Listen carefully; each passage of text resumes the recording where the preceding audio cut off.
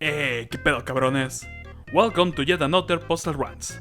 I swear, this is not a Resident Evil channel. It just happened that when I was thinking about what next video to make, well, Resident Evil Village came out, so I might as well try it.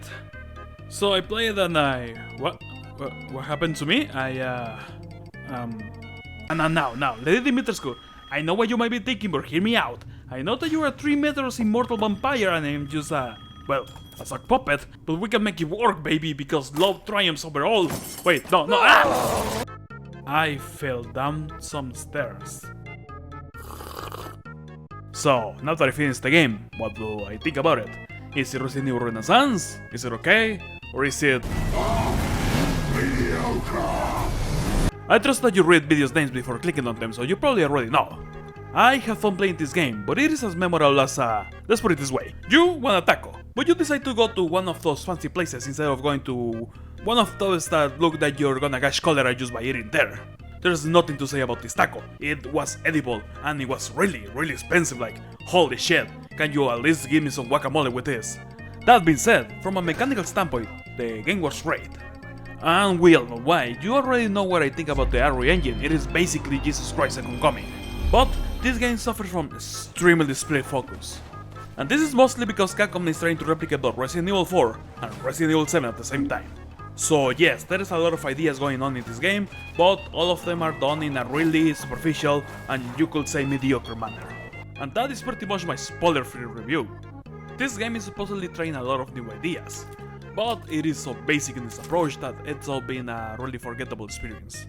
That being said, even if I had nothing of note to say about it, I had fun playing it. So if that's what you want, then by all means go for it. Now that the spoiler-safe territory is over, I am going to bitch about this game. And for that, I would like to talk about something that was vital to put Resident Evil Village into everyone's radar, and yet at the same time, it doesn't even matter at all. So we finally meet. The tall lady, the fearsome vampire in the castle, big titty gothic girlfriend, Lady Dimitrescu. She was used in the promotional material to advertise this game, and to say that the reception was good... Get back here! Dimitrescu! Big titty got girlfriend! You can't escape me! I'll chase you to the ends of the earth! Would be the understatement of the year. I don't know if it was dumb luck or like fucking 300 IQ plays from Capcom, but well, they nailed it. They nailed to get the attention of everyone from the internet because it pretty much sent everyone to horny jail. This definitely is a departure from normal Resident Evil stuff, but it got everyone's attention, so now we had this really different villain which was honestly really cool. Alright Capcom, we'll buy it. What is this cool idea that you have with this big titty gothic vampire? Fucking nothing.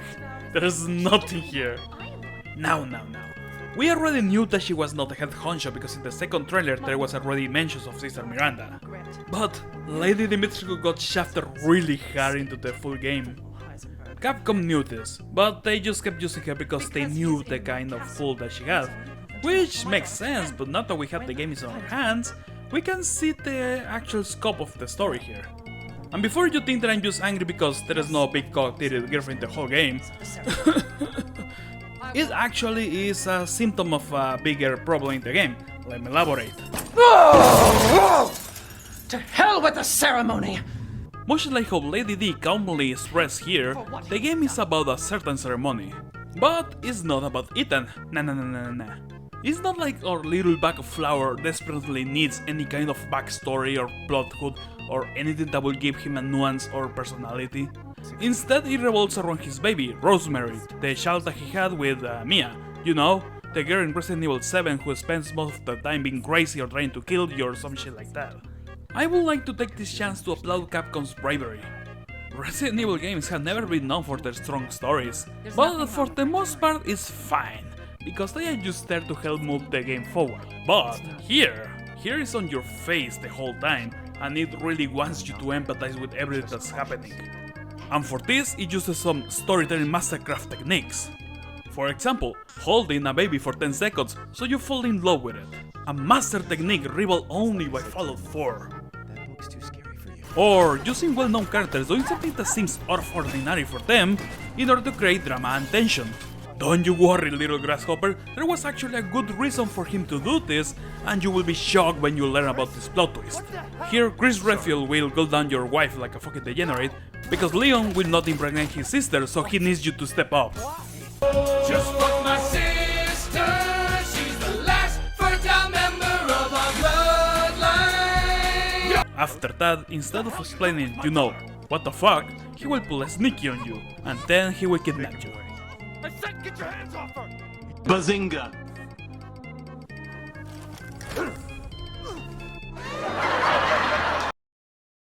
After a little trip, some shit happens and you meet up the family. Dimitrescu, Heisenberg, Jesse. Belladonna, Fishboy, and of course, Motoragata. As you might have noticed, the story here is already a tiny bit different from what it was hinted at in the trailers. Ethan Winters is a non-entity here, like, nobody wants anything to do with you, they just want, you know, the baby. Well, technically speaking, only Mother Miranda wants the baby, because she will use her to revive her own baby because... magic. And here is where the untrained player might be like, hey, this is kinda cool. There are 4 factions that are technically allied, but not exactly because they don't really like each other, so there is going to be some back and forth between them as the game progresses. Like I have said before, Resident Evil games have never been known for their strong stories, so no. Instead, what you get is the lazy approach. In a nutshell, you're gonna sneak into their domains one by one, and you're gonna promptly murder the fuck out of them after you have dealt with their levels, shtick? Trope? And much like Mario bosses, you're gonna collect your trophy, in this case your baby's pieces, which you're gonna use to resurrect your own baby instead of the one that Miranda wants. Because I guess magic is now canon in Resident Evil? Global saturation. The root of this issue is that basically Capcom was trying to mix Resident Evil 4 and Resident Evil 7. Both of these games share that they have been outliers of what Resident Evil is, and that they have been received pretty well. And let's not kid ourselves, Capcom has been chasing that Resident Evil 4 light at the end of the tunnel ever since it came out. So they tried their hardest to mix both of these games' main elements and take a few from other games outside, and there's the game. But much like movies that have tried to have so many things going at the same time, this becomes a detriment. None of these lore sections have enough time to, you know, develop the section or the lore themselves. By the time that you're getting used to them and the mechanics, the section is done. Lady Dimitrescu's castle, compared to Resident Evil mansions or police departments that are weirdly shaped like mansions, is basically a baby's version of those. The spaces are really limited, the puzzles are... what puzzles? And of course they have roaming chasing monsters here much like Mr. X, but make no mistake, this is no Mr. X situation. They will give you chase for around 5 seconds and then continue with their lives. That's it. You might have noticed that I have not spoken about her daughters at all. Well, aren't you a sharp detective? Well, that's because there's literally nothing to them, other than they are made of bugs. You kill all 3 of them really early on, and I'm talking like 1 hour and a half early on. And then you add another half hour and you have officially ended the Dimitrescu line, and that's it. Like I said before, the Dollsmaker house is basically this game's PT section. This section is okay, the puzzles are much better than the ones in the Dimitrescu manor, but the plot elements that it's trying to unveil here, I have said before that Resident Evil games are not really known for their strong stories. That, added with how little gameplay there is in this section, it makes it for a really forgettable haunted house experience.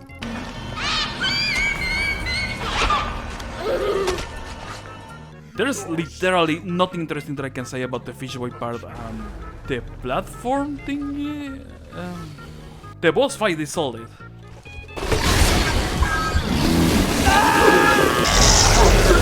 And last in line is our boy Heisenberg. Much like Lady D, this is yet another character that suffered the lack of focus of this game because he's a really cool character, but there's really nothing that was done with him. Huh. Who the fuck are you? Oh, you're not local. He starts his session by basically sending you to clean out the like and them because that's where he placed your baby's pieces. Which is a really cool move because from what I understand, these Lycans are basically the enemies of his robo-zombies. And he has seen how much you can kill with the power of being the main protagonist. Sadly, the theme of Heisenberg is that nothing goes anywhere. Later into the game you encounter like a fucking million Lycans, so this did nothing, and he tries to strike a bargain with you to kill Miranda, but nope, Ethan won't have it because he just loves his baby so much that we have to, you know, automatically reject his deals. His section is shooty the zombies and, you know, killing him in the mecha battle, usual Resident Evil style. And this is just coming the main stuff, you know, regarding the lords. There is still the rest of the game. And I am so sad that I actually had to pick a bone with the RE engine because of this game. I had mentioned before that everything in this game works as it should, but that might not be entirely true. Or rather, it does, but this is what happens when everything is done in a mediocre manner. Combat is good, it's snappy and responsive, but the stuff that you shoot at is just so fucking generic and uninteresting. The enemy variety is limited to the Animorph World section and zombies with weapons who just keep on becoming more and more Transformer-like. There's some flying fuckers nobody cares about. And also this game has the most archaic enemy aggro system that I have seen in a while. Despite the crush button that you have, there is no stealth element in this game. As soon as you step into an enemy's aggro range, they will make a beeline towards you regardless if they saw you or not. And the same goes if you step out of it. Look at this fucking idiot.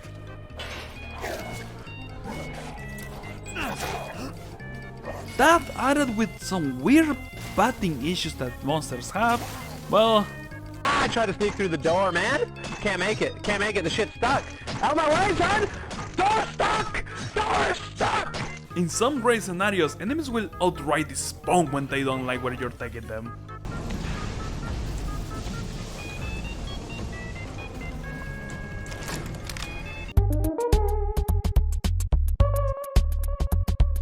I'm gonna go easy on the game and only bitch about one more thing. Because this one shows that this game just keeps adding stuff just to say that it's there. Yes, this game has the RE4's boss management system, but there is really no reason to fuck around with it. Unless you never upgrade your inventory or you never sell your old weapons, you're gonna be fine.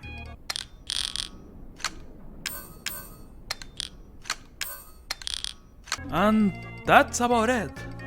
This game is pretty much a wasteland of wasted potential, missed opportunities and misdirection. Something that I feel Capcom has been falling a lot into lately.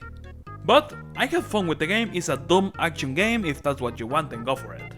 I cannot really recommend anyone getting it for full price, but hey, you do you. Now, if you excuse me, I have a date with Lady D.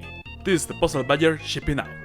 With all due respect, why do you think that I have blood inside me? I'm a sock puppet. No, wait. No.